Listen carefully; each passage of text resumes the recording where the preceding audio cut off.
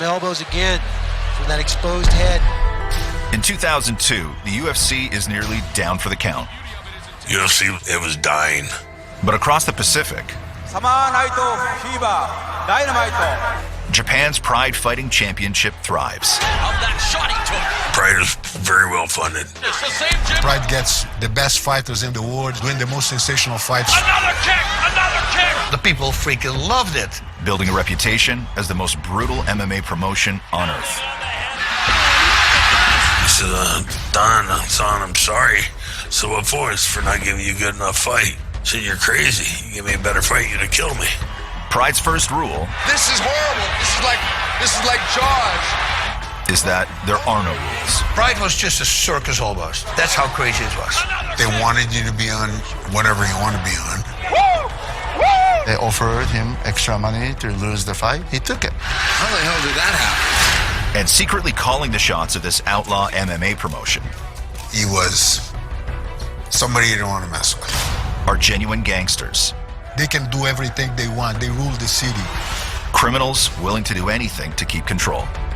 He hung himself. What? Why? Was he murdered? It's hard to say. And not only that, you don't want to say on TV.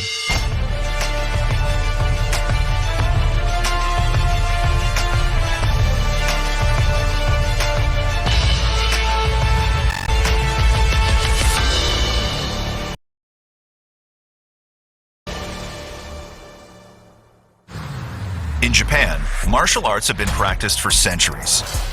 Karate, sumo, aikido, and jiu-jitsu all trace their origins to the land of the rising sun. But for much of the 20th century, it's pro wrestling that reigns as the most popular Japanese combat sport, including All Japan Pro Wrestling and Antonio Inoki's New Japan Pro Wrestling. Many audience still believed pro wrestling was a real fight. My name is Shu Hirata. I'm an MMA manager, but also I was a writer at the time when the Pride Fighting Championship was peaking in the market. But of course, there's the other half of the public thinking that's a show. Maybe pro wrestling is not really a real fight. Both halves come together in the early 90s with a newfound devotion to competitions that fuse pro wrestling and mixed martial arts. Kickboxing promotion K1 and its rival, Pancrase Hybrid Wrestling, present breathtaking matchups with real fighting and submission techniques. These MMA promotions shatter pro wrestling's illusion of combat. 8 tough warriors who must face the fury of the octagon. Thousands of miles away, the Ultimate Fighting Championship is trying to hook Americans on MMA. Featuring a shocking level of brutality never seen before in the U.S. But look at him, swinging the arm like a club. You need to go back and watch the early days of the UFC. It was really neat back then. I am Don Fry. And the UFC, I was known as the Predator. UFC didn't have any rules except for no biting, no eye gouging, and everybody did it anyways. Trying to get Coleman to move. The UFC is co-created by Rorion Gracie, whose family is legendary in Brazilian Jiu-Jitsu. The BJJ system of self-defense is first developed by the Gracie patriarch, Helio Gracie, and the UFC is created by Rorion to showcase his family's dominant style of martial arts. The lightest guy from the whole tournament wins the freaking tournament. How is that possible? When you're good, you don't have to be violent. Bas Rudener, former 3-time world champion in Japan at Pancrase and UFC heavyweight champion. The Gracies were freaking ruling the submission game because that was their bread and butter. Back in Japan, promoter and former pro wrestler Satoru Sayama, also known as Tiger Mask, is inspired by the UFC's free-for-all format. In 1994, he launches his own MMA event called Vale Tudo. Vale Tudo takes its name from a no-rules combat sport in Brazil and Satoru recruits Rickson Gracie to be his main contender. This is the closest thing of a real street fight ever happened in Japan before. Vale Tudo 94 brought to the public attention the realistic aspect of the MMA. My name is Rickson Gracie. I'm one of the members of the Gracie family, which has been involved in martial arts since the day one. Unlike the uniform fighting styles seen in K1 and Pancrase, at Vale Tudo, anything goes. For me, it's always a pleasure to see this kind of introduction to MMA to the Japanese audience. The Gracie's Brazilian Jiu-Jitsu is both familiar and different from anything Japanese fight fans have seen. Of course, Brazilian Jiu-Jitsu is coming from the Japanese Jiu-Jitsu. But Brazilian Jiu-Jitsu becomes like a everything goes type of fight, which requires much more of the fighter. The Gracie fighting style has already proved effective in the UFC. It's one of the fundamental positions in Gracie Jiu-Jitsu right now. Where Rickson's brother Royce wins a second tournament months before Rickson's debut in Japan. He's going to snap his arm. He did too. So it's a disorganized confrontation and makes Brazilian Jiu-Jitsu more effective than others because we can adapt. We're comfortable in every aspect of the fight, with different than the traditional Jiu-Jitsu was. We repackage Jiu-Jitsu, we make a better, more effective art and bring it back to Japan, and they love that. Rickson submits 3 fighters in one night and issues a challenge. We say we can beat any other martial arts. So we create the Gracie Challenge, which was an open challenge for any martial artist who try to test themselves against us. I'm pretty confident. I don't know if somebody out there can beat me up. I'm here already to keep defending the Gracie Jiu-Jitsu tradition. Vale Tudo turns Rickson into a celebrity in Japan. You know, I could not go anywhere without the crowd go around me. That's kind of put me close to the heart of the Japanese audience, and I felt very blessed by that. But Rickson is not so popular with Japan's pro wrestlers, who worry the rising popularity of mixed martial arts is killing their sport. The world of wrestling, they start losing terrain. So when they say, oh, we do MMA too, I can fight MMA, I want to fight Rickson. Japan's Universal Wrestling Federation, the UWF, publicly taunts Rickson to fight one of their own. Professional wrestlers start to using my name to become a possible challenge in their arena.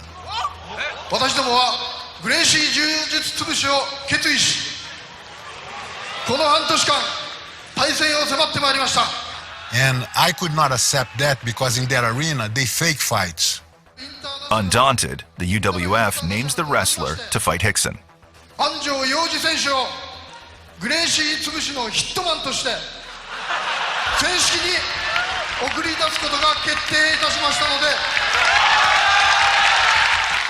Yoji Anjo, a heel, is one of Japan's most popular pro wrestlers. Again, they were pro wrestling promotions. They wanted to try to convince the audience it's a real fight.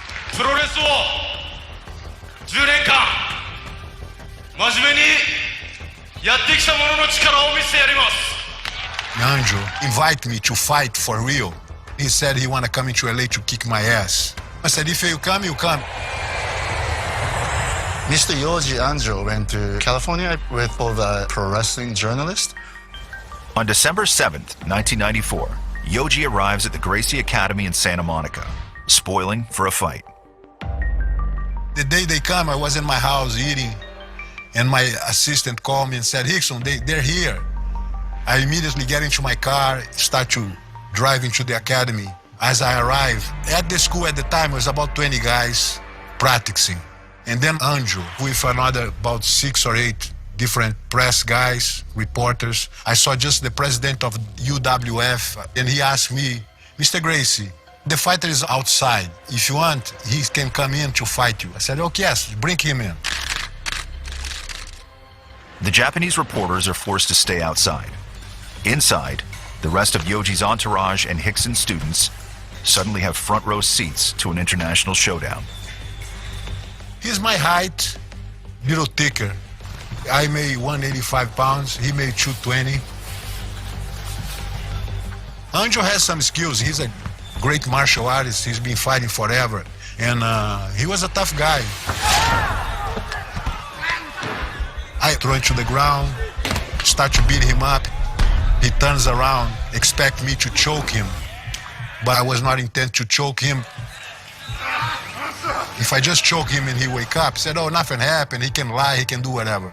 I had to hurt him, make him bleed, break his nose and beat him up, and then he turns back again to me, and then I choke him out and put him to sleep. In less than 5 minutes, the fight is over with Yoji left lying in a pool of his own blood. The pro wrestler suffering a beatdown by the Brazilian Jiu-Jitsu master. When I won, my students grabbed me and lift me up and they party a little bit. But it was not something I am proud of myself. It was just something I have to do to keep my reputation on. Instead, it's Rickson's reputation that takes a beating. The fight makes headlines in Japan with a photo of Yoji emerging battered and bloodied from the Gracie Academy. With the reporters left outside, Yoji feels free to claim he was ambushed inside the gym. He said he was jumped by the crew, by my guys. He did what he had to do to keep his image, to promote controversy. But fortunately, I have the tape.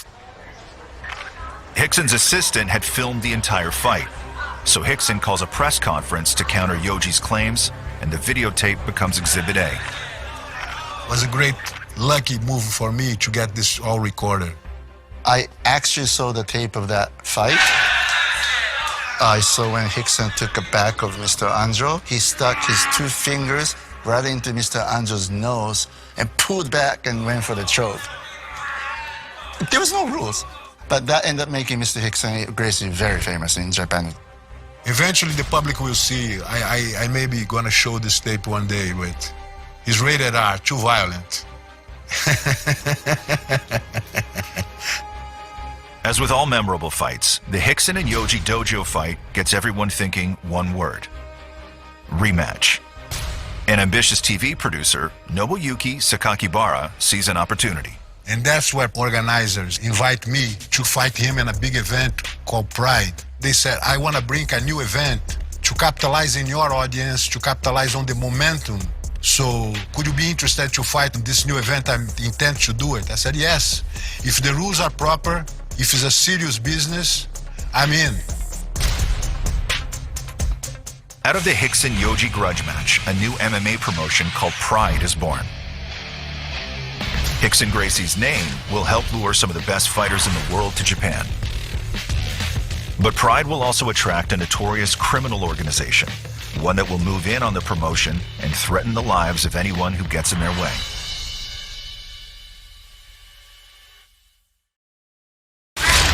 The controversy surrounding the bloody, unsanctioned brawl between Rickson Gracie and Japanese pro wrestler Yoji Anjo provokes a grudge match. It also prompts TV producer Nobuyuki Sakakibara, fellow executive Naoto Morishita, and a mysterious financier named Hiromichi Mimose, who invests $50 million to team up and promote the bout. Pride Fighting Championship's inaugural event will pit Gracie against Yoji Anjo's master, Nobuhiko Takada, the #1 pro wrestler at Japan's Universal Wrestling Federation. Because of the fact that Anjo lost terribly, it's not like, oh, Rickson, you have to beat Takada now. It's almost like a Takada, you have to get up and beat this guy. Otherwise, you just beat up your students, and as a master, what are you going to do? The pro wrestler thought they are the toughest, they are the strongest. And if somebody claimed that I'm better than you, or your pro wrestling is fake, let's do it. My name is Tadashi Tanaka.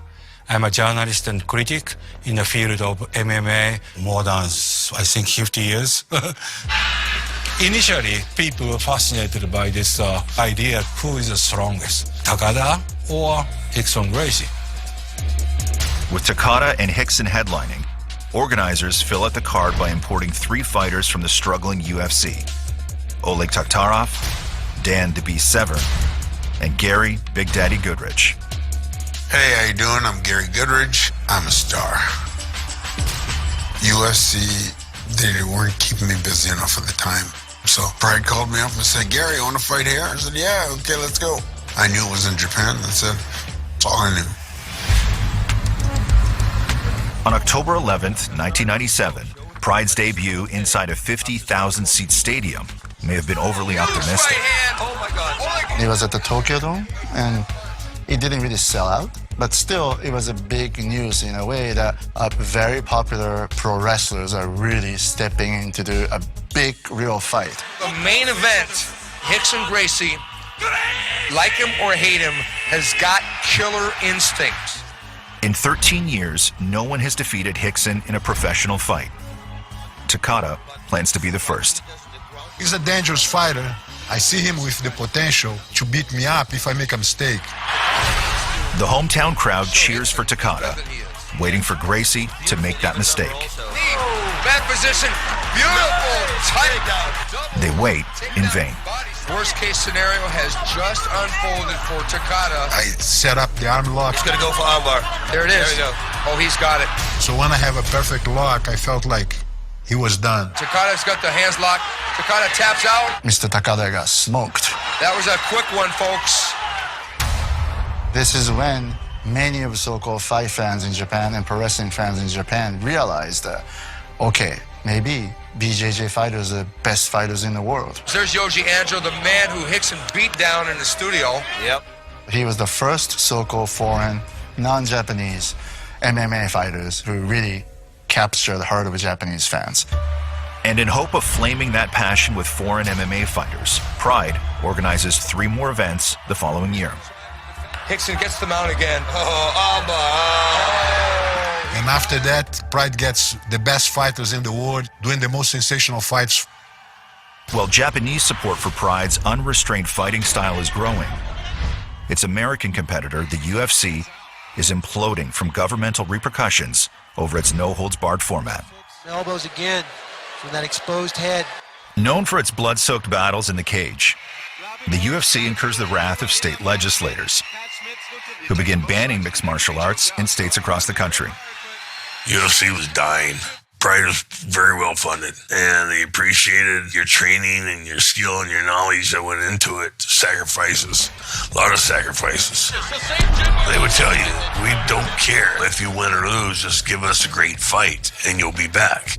I never quit, and always give them their money's worth, plus some. Pride aggressively incites the conduct that is getting the UFC banned, instituting a card system to encourage more violence by financially penalizing inaction. You know, they have a red card, yellow card. If you get the yellow card, you get deduction on the points, and same for the red card, you know. And you lose the part of the purse, too. So if you get a yellow card, maybe 10% loss. So Pride Fighting Championships wanted action. And it will tell you in the rules meeting, if there's no action, you're going to get a yellow card. So in that sense, I think yellow card and red card was a part of the plan to make fighters aggressive. That red card made him see red. Pride's rules-free format allows fighters to engage in the most brutal tactics imaginable. They did prohibit headbutt to the face. They no fish hooking, you know, no punches to the balls. But still, they left some of the rules like stomp into the face, sucker kick to the head on down grounded opponent, which would never be allowed in MMA here today. Oh my God! Pride's goal of building the world's most violent and bloody fighting promotion informs their every action, or inaction. What was the drug testing like at Pride?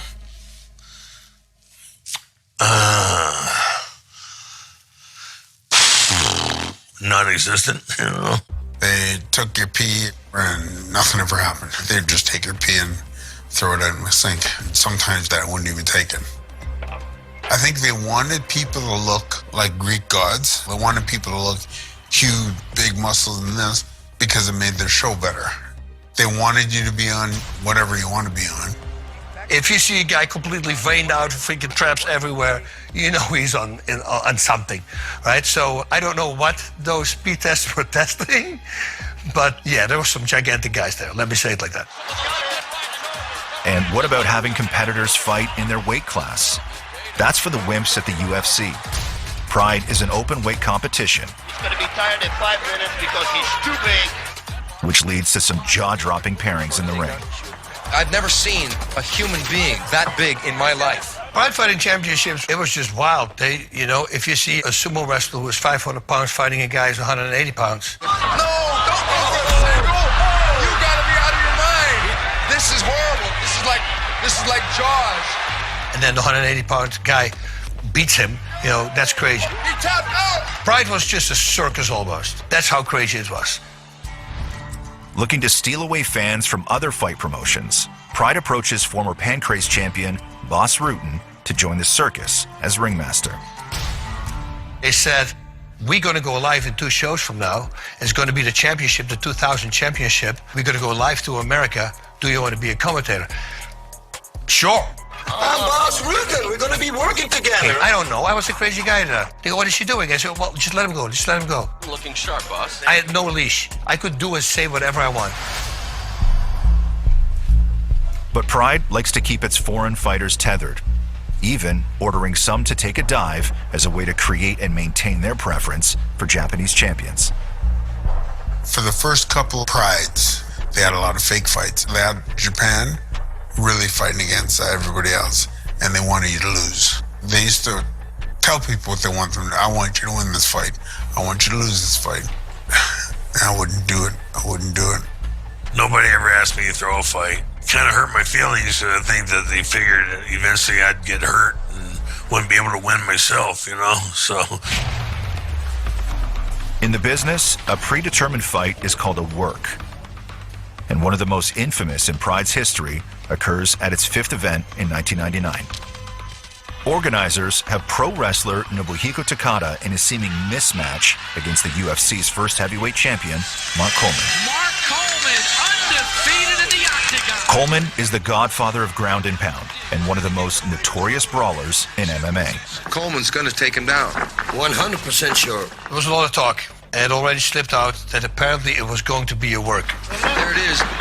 It gets out of the back. Every freaking body knows. All the fighters were talking about it. And I was always very against that. Takada has got to move on this.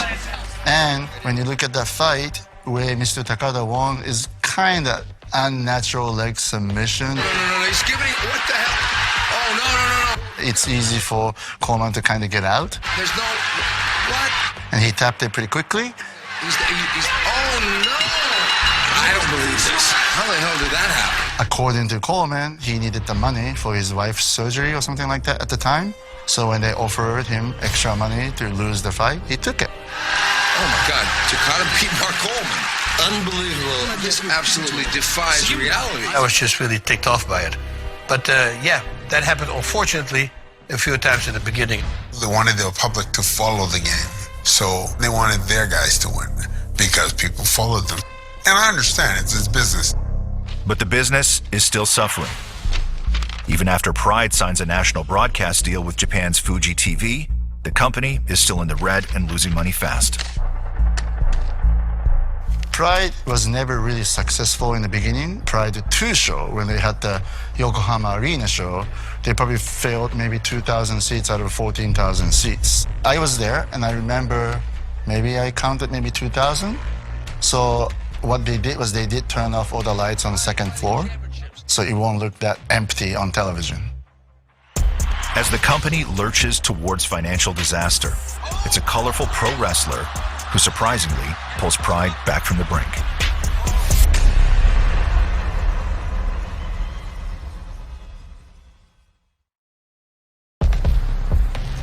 Despite Pride's early promise to be the mixed martial arts antidote to staged professional wrestling, organizers struggle to fill arenas and pay their bills. So it's not without irony that their potential bailout comes from a popular UWF pro wrestler named Kazushi Sakuraba, who defects to Pride in 1998. He's just a young boy in a pro wrestling system. Who is Sakuraba? Sakuraba has been rolling a lot, so he knows his submissions. And suddenly he decides to start fighting for real.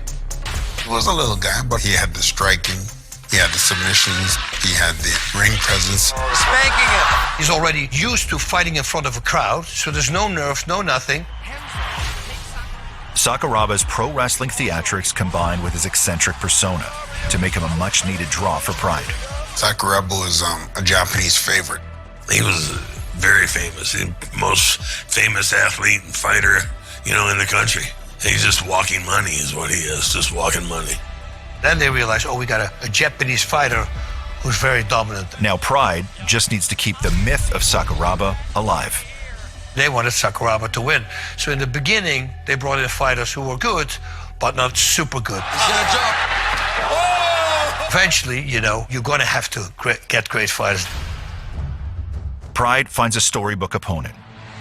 Royler Gracie is Rickson Gracie's brother. It was Rickson who humiliated Japanese wrestler Nobuhiko Takada back at Pride's first event. Sakuraba can avenge that loss if he somehow defeats another Gracie skilled in Brazilian Jiu-Jitsu, one of the best fighting systems in the world.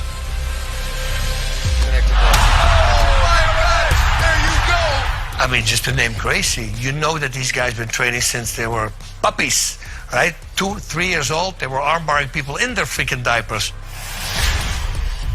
But in a surprising upset, Sakuraba quickly dominates Royler, easily bending the match and Royler's arm to his will. The referee has stopped the fight. It's a freaking Gracie, right? And he beats that person. So now there's interest, could be a fluke. In fact, it's the beginning of an ongoing feud between Sakuraba and the Gracies. In May of 2000, another brother steps up to defend the family name. A lot of people that have to shut up over there. I gotta shut them up. Royce Gracie, the 3-time UFC champion, will battle Pride's King of the Ring. Sakuraba was going to face Royce Gracie. And Royce said, I don't want to do a 30-minute fight. I want to just keep on going. We do 15 minutes, you have a break, 15 minutes all the time, and we just keep on going till there's a submission or a knockout. Here we go. Royce comes right. Dressed in his traditional gi, Royce turns his clothing into a weapon. We have always the option to fight with the gi. I can trap a limb of yourself and hold my own gi. I can use my gi to get my own collar and have you choke here with my own collar. So I can use my gi in my favor. But my opponent can also use the gi to control me. Oh, look at this. Royce may be UFC royalty. Sakuraba's having fun out there. But Sakuraba is now the Prince of Pride. He was a pro wrestler, but he used real techniques. He's not worried. He has control. In Japan, they use strong style. And that means they use real submission techniques. Here in America, it's not. They grab an arm and they go, I feel this. There they only use real submissions. Remember, Royce demanded they fight until one of them can't fight anymore. That fight was an hour and a half. So just sitting there like he's bored. I think he wants Royce to run out of gas. It's a request Royce will regret. But Royce is just taking a beating now. Sakuraba has great wrestling skills, submission skills. He's a great fighter, good brain, calm under pressure. He is very violent. And at the end, Sakuraba was more physical and has the ability to win the fight. Sakuraba won that fight by stoppage, just throwing in the towel. He was so tired, he couldn't come out, he couldn't continue anymore. That is an epic fight. That was an amazing, amazing battle. Oh, he did it. Oh. To this day, the match remains the longest fight in MMA history. At the end of the night, even the Gracie family's famous patriarch, Helio Gracie, the godfather of Brazilian Jiu-Jitsu, has to acknowledge that Sakuraba, the pro wrestler, is the real deal. Sakuraba being very, very honorable. With W's against Royce and his brother Royler, Sakuraba earns a new nickname, the Gracie Killer. He's not even the best pro wrestler in Japan, but he's still beating Gracies. And he isn't done. By December of 2000, the Gracie Killer has added 2 more to his legend. Sakuraba was not just a fighter, but an athlete. The hell of an athlete to be able to stand there, take the punch and avoid the punch and give it back. A pro wrestler who beats 4 Gracies till this day, it's unheard of. It's something that nobody ever did. Sakuraba went through him like a knife through butter, yeah. Sakuraba was an amazing fighter. Oh, cartwheel! He's like a precision surgeon. Looks like he dislocated the elbow. Yeah, twisted all the way around. But there is still one Gracie Sakuraba hasn't faced, the one who first launched Pride. The momentum for me to fight Sakuraba was start to building to the point was I have the best approach to fight Sakuraba. And unfortunately, my son departed from this earth. Rickson Gracie's son, 19-year-old Rickson Gracie, another promising young Gracie fighter, is found dead from a drug overdose in a New York City hotel room. Reeling from that tragic loss, Rickson cancels his fight with Sakuraba. To this day, it remains one of the biggest what-ifs in mixed martial arts. It was the fight I supposed to do and I didn't because God didn't give it to me. I feel like it was be the biggest fight in my life and it didn't happen, so I have to live with that. Rickson, the man who helped kickstart an MMA revolution in Japan, never fights professionally again. The beginning of the 1993, Gracie is the king. And that story changed because of the Pride and Sakuraba. If Mr. Sakuraba didn't emerge, I don't think Pride would have continued. That's when the Pride took off to become a big brand name and became a big promotion. While Sakuraba helps clean up Pride's reputation around the legitimacy of its fights, there remains something nefarious in how the business operates. There was a guy there all the time with a baseball hat. I think he came up one time and he gave me, I think, like $5,000 US just for a good fight. People don't do that, you know? My spider senses were tingling. The man in the hat is Hiromichi Momose, Pride's shadowy money man. And the company's roster of fighters know he could be their most dangerous opponent. He was somebody you don't want to mess with. A few of the fighters were invited out to go and have dinner with these people. Nobody has to tell you anything, you just know. These are the guys you're supposed to happy and smile with. Don't matter even if you don't want to. Do all you guess and smile with that.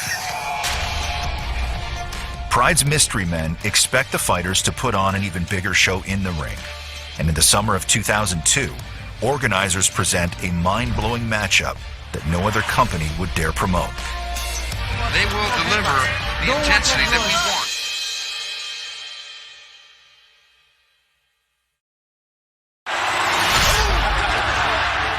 Former pro wrestler Kazushi Sakuraba uses his showmanship and submission skills to get Pride Fighting Championships off life support. Pride's revival is even attracting promising new American grapplers to the promotion. Mark Carr, Kevin Randleman, all those wrestling elite came to Japan at that time. Top US wrestling guys actually competing in Japan. You have a guy like Quinton Jackson coming in, and he's wearing a chain, but then he started just destroying people. Unbelievable! That's when you also saw that the foreigners start taking over the game. Ooh, they're gonna go here! Including former UFC champion Don Frye. On June 23, 2002, Pride presents Demolition, with Don Frye versus Japan's Yoshihiro Takayama as the main event. The 6'5", 275-pound Takayama towering over Frye is a modern-day David versus Goliath, with the fans in attendance rooting for Goliath. I'm looking up at him, trying to read into his eyes, and finally I saw a little bit of doubt in there. Okay, I got you now, partner. Go! When the bell rings, Frye and Takayama waste no time. Grabbed each other right at the scruff of the neck and then just went to pounding, you know? Just stood there and took it. Just trying to knock the head off the other guy.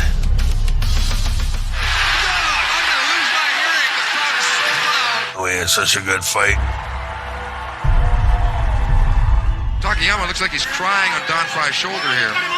6 minutes into the first round, Frye manages to take down the giant Takayama. The fight also goes down as one of the greatest in MMA history. We were walking through the hallway and going to the bus, and Takayama comes out, and he looked like hell, you know, because he broke, 3 or 4 bones in his face. He suffered physically, from that fight. But hell, that fight made him a hero. He said, Don, son, I'm sorry. So what for? It's for not giving you a good enough fight, Said, you're crazy. You give me a better fight, you'd have killed me. Akiyama was my best fight ever, and my best opponent ever, you know. God bless him. 2 months later, on August 28, 2002, Pride puts on an even more spectacular event called Shockwave. This pay-per-view battle royale pits fighters from Pride against those of its strongest competitor, the kickboxing promotion K1. It's a level of spectacle never before seen in modern combat sports. Pride at the time was a big event, sensational, because they tried to make something unseen, you know, in terms of lights, in terms of show, size of the arenas, and the level of the fighters. Production value of Pride Fighting Championships is uncanny. I mean, it's the most insane thing. They had these guys on with huge drums. Boom, boom. I was thinking at the time, I was saying, holy shit. It was just a massive thing. It was just incredible. Shockwave's opening ceremony features skydivers and a colossal Olympic-sized torch lit by Helio Gracie and pro wrestling god Antonio Inoki. With an estimated 91,000 spectators, it's the largest live audience in MMA history. It wasn't just a fight, it was like the Super Bowl. And nobody leaves disappointed. Antonio Nogueira, he fought Bob Sapp. Both Nogueira brothers, you know, they're amazing. They came to win. That was the one thing they were determined to do. You saw Bob Sapp pick up one of the brothers and slam him down on his head. Slammed him down on his head, almost broke his neck. You know, and Nogueira, he kept fighting. He came back and beat Bob. Vanderlei Silva is always great to watch. Vanderlei Silva, the ex-murderer. That's his nickname. Just a freak of nature. It's scary. Amazing things that some of those fighters pulled off. In the main event, K1's Mirko Cro Cop faces off against Pride's favorite son, Sakuraba. And in a shock to Pride fans, Cro Cop beats the Gracie Killer. Cro Cop's just like a robot. You know, he doesn't seem like he's natural. He's designed, you know, in a laboratory. Shockwave helps make 2002 Pride's most successful year. In January of 2003, Pride's chairman and co-founder, Naoto Morishita, holds an upbeat press conference where he expresses nothing but confidence in Pride's future. He'd come out and made the announcement of what their event schedule for 2003 was going to be. I'm Miro Mijatovic, and I was the most powerful fight manager and agent in the peak of Japanese fight industry. I'd heard they'd gone through a lot of difficult issues with their funders, and the fact that he'd made then the announcement of having their 2003 event schedule was seen as very positive and exciting news for Pride. But only a day later, a devastating reversal. Morishita, he was found dead in a hotel room at the Tokyo Hilton. He hung himself. What? Why? What's going on? Supposedly he was with his mistress or lover in the room, and she disappeared very soon after that.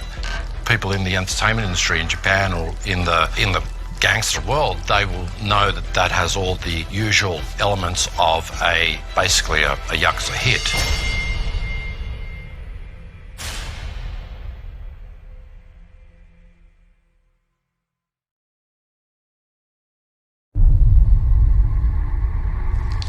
Oh man, that guy was a sweet guy. He was a sweetheart.